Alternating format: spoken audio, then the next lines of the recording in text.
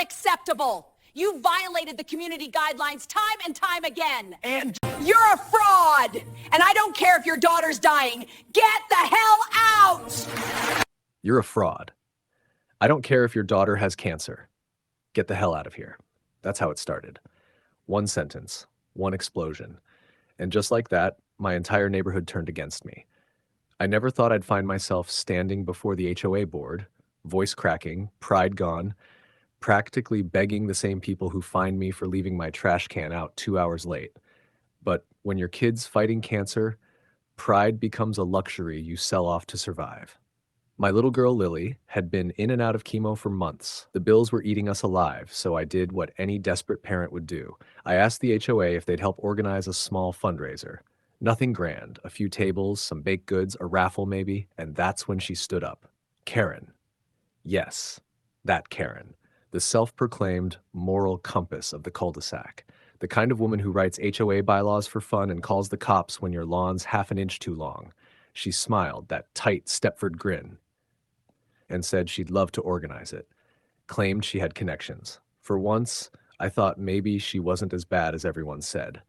She even gave this Oscar-worthy speech about community and standing together through hard times.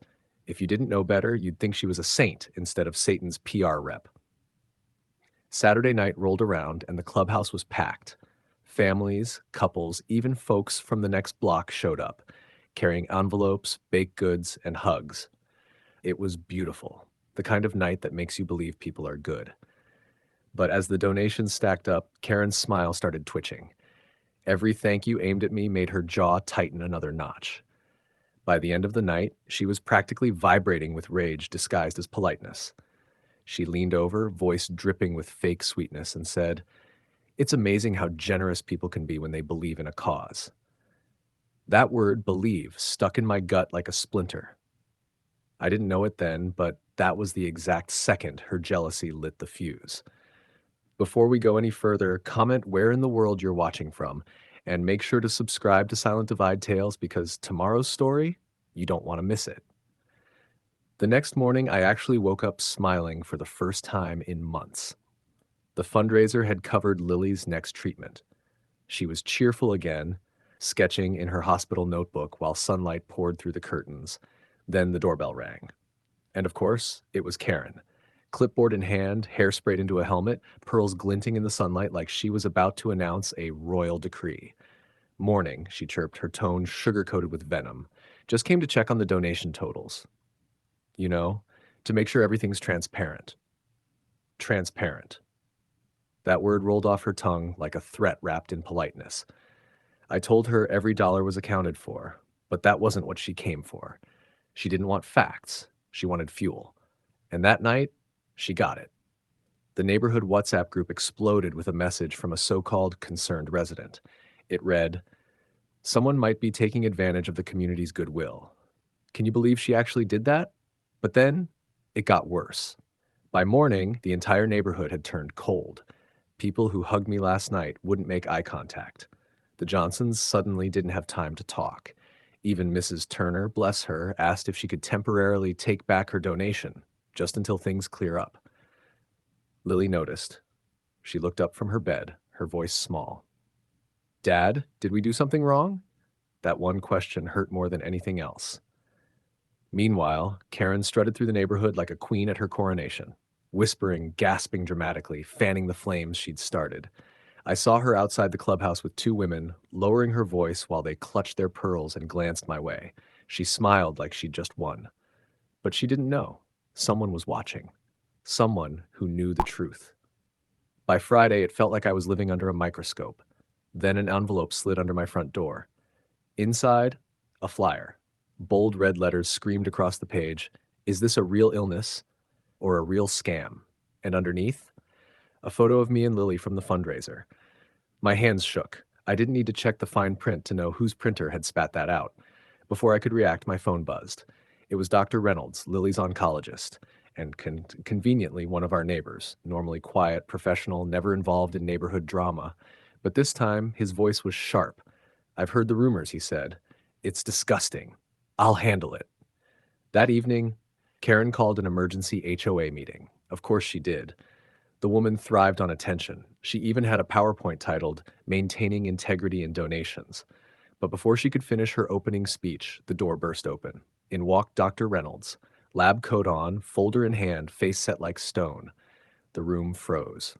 Mrs. Simmons, he said, calm but lethal. You've been spreading dangerous lies about my patient and her family. I have Lily's full medical documentation here, and if this continues, I'll be filing a formal complaint. The silence was suffocating. Karen's confidence evaporated.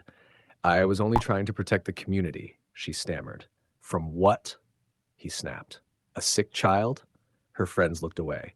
The treasurer muttered something about taking this offline. Dr. Reynolds handed me the papers, gave me a firm nod, the kind that said justice has arrived. Karen's fake smile cracked. For the first time, she looked terrified. The next HOA meeting? A full house. The neighborhood was practically buzzing with excitement. Even the Johnsons brought popcorn because who doesn't love live karma? Karen walked in trying to fake confidence, clutching her binder like it could save her. But her eyes told the truth. She hadn't slept in days. Let's begin, she said. Dr. Reynolds stood up before she could blink. Actually, Mrs. Simmons, I'll start. He placed Lily's official records on the table. Scans, signatures, billing forms, proof. This family's daughter has cancer, he said clearly. And your rumors? Cruel, baseless, and illegal. The room gasped. Karen tried to talk, but it came out as excuses. I was misinformed. I just wanted to protect the community. Dr. Reynolds didn't even blink. From compassion, that was it. The crowd turned. The same neighbors who'd whispered now shouted her down. The HOA lawyer stood, red-faced, and said, Mrs. Simmons, your actions have created serious legal exposure for this association. The vote to remove her as HOA president? Unanimous, 28-0.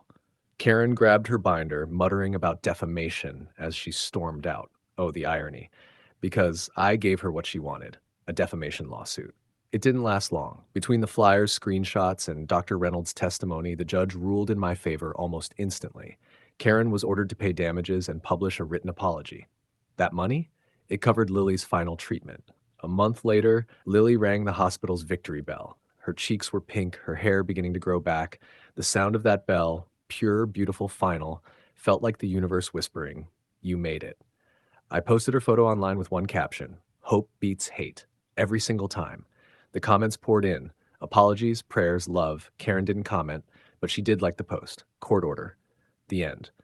Before you go, drop a comment below. Did Karen get what she deserved? And make sure you're subscribed to Silent Divide Tales, where karma never misses its cue.